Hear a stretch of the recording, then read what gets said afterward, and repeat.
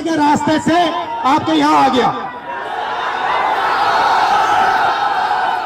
देखिए,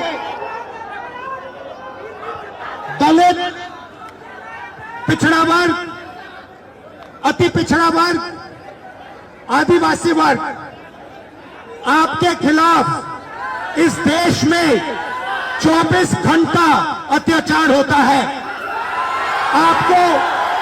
आपको दबाया जाता है, आपको शिक्षा के सिस्टम में रोका जाता है, आपके खिलाफ पेपर लीक किया जाता है और आपके करियर को रोकने के लिए, खत्म करने के लिए किया जाता है। हमने 3 मांगे की हैं। सबसे पहले जाति जनगणना, सही तरीके का जाति जनगणना जो हमने तेलंगाना में किया।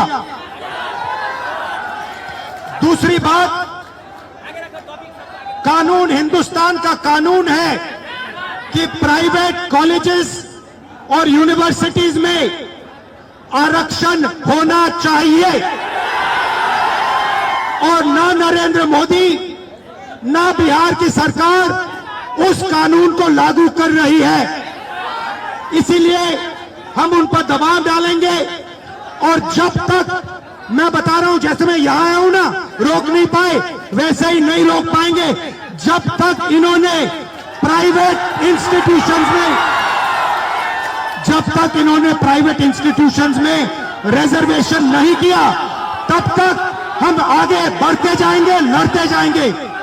क्योंकि आप 90% हो, आप अपनी स्ट्रेंथ समझो। आपको भटकाकर, डराकर, दबाकर, आपके ध्यान को इधर उधर करके आपको रोका जाता है।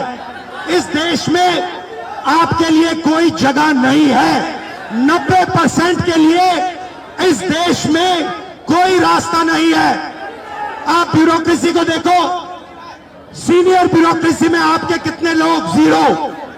आप कॉर्पोरेट इंडिया को देखो, कॉर्पोरेट इंडिया में आपके कितने लोग, 0। आप हाई कोर्ट्स देखो, आपके कितने लोग, 0। आप एजुकेशन सिस्टम के मालिकों को देखो, मेडिकल सिस्टम के मालिकों को देखो, आपके लोग कितने, 0। मगर मनरेगा की लिस्ट निकालो, आपके लोगों से भरी हुई है। मजदूरों की लिस्ट निकालो, आपके लोगों से भरी हुई है। सारे के सारे कॉन्ट्रैक्ट्स, सारा का सारा धन 5-10% के हाथ में जाता है और आपको उल्टी सीधी बात बताकर आपके ध्यान को इधर उधर कर दिया जाता है। आपको एक साथ खड़ा होना है और 3 मांगे हैं। पहली मांग जाति जनगणना, दूसरी मांग प्राइवेट इंस्टीट्यूशंस में, प्राइवेट स्कूल्स और कॉलेजेस में रिजर्वेशन, अति पिछड़ा का, ओबीसी का, दलित का, आदिवासी का। तीसरी बात, एससी एसटी सब प्लान, जो आपका पैसा है, जो आपको नहीं दिया जाता है, आपको वो दिया जाना चाहिए। ये 3 चीजें कहने में आपसे आया था। और ये बात समझिए, आप एक बात समझिए, बिहार की पुलिस ने अभी मुझे रोकने की कोशिश की, रोक नहीं पाई।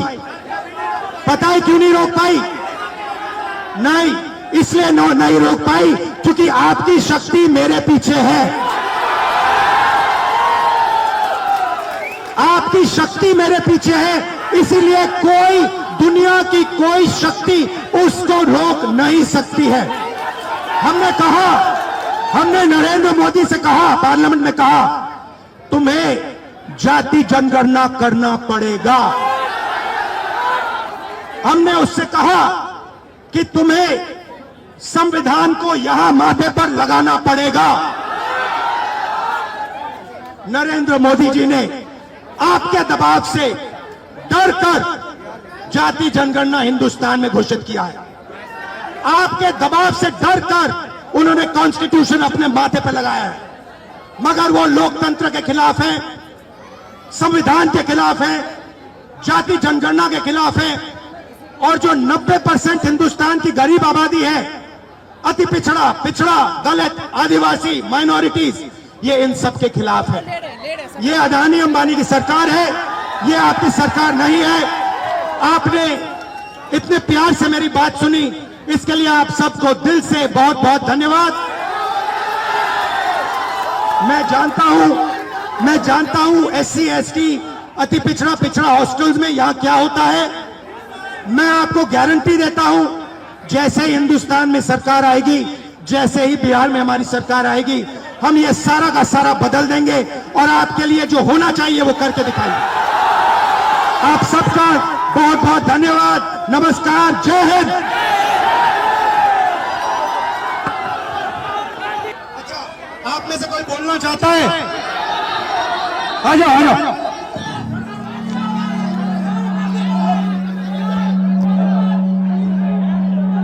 आपका नाम?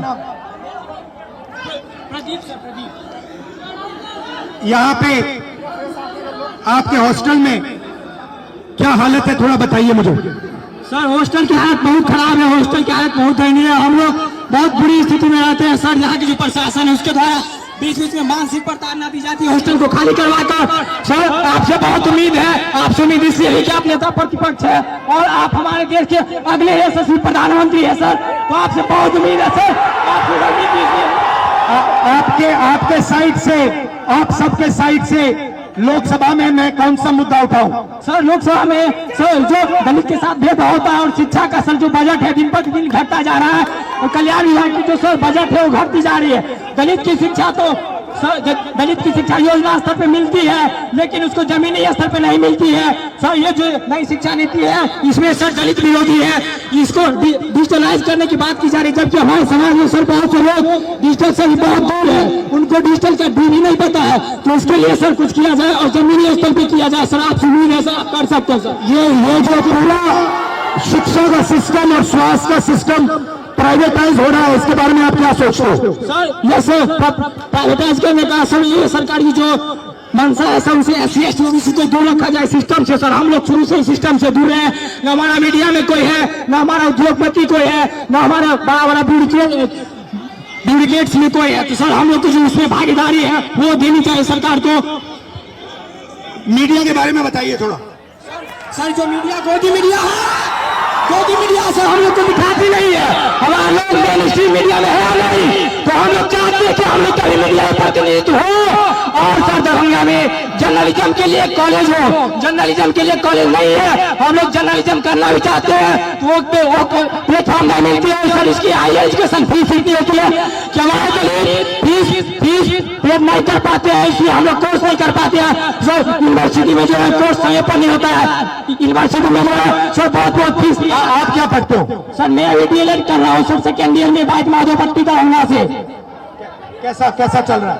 सर DLED तो ठीक चल रहा है लेकिन सर आगामी TRE 4 है जिसमें 23-25 वालों को मौका मिले, इसके लिए भी हम लोग प्रोटेस्ट किए हैं सर, कर रहे हैं सर। और माता पिता क्या करते हैं, भाई बहन कितने हैं? सर मेरे माता पिता सर, मम्मी तो गृहिणी है, पापा एक मामूली ड्राइवर है सर। पापा जो है 300-400 दिहाड़ी पे काम करते हैं सर। हम लोग बहुत गरीब तबके के साथ हैं, अगर ये हॉस्टल नहीं होती तो हम लोग को एक ऐसा प्लेटफॉर्म नहीं मिलता, हम लोग नहीं पढ़ते, इसलिए ये हॉस्टल है। और सर एक और मांग आपसे हम लोग करना चाहेंगे कि सर ये हॉस्टल है, हम लोग यहाँ मैट्रिक इंटर ग्रेजुएशन कर लेते, क्या मैट्रिक इंटर ग्रेजुएशन करने से हम लोग को नौकरी मिलेगी? नहीं मिलेगी। तो कंपटीशन के लिए एक छात्रावास होना चाहिए, PG छात्रावास दलितों के लिए होना चाहिए, जिससे कि हम लोग आगे की पढ़ाई कर सके और देश के विकास में अपना योगदान दे सके सर। भाई बहन और पापा मामा से मेरी नमस्ते कर देना। Thank you brother.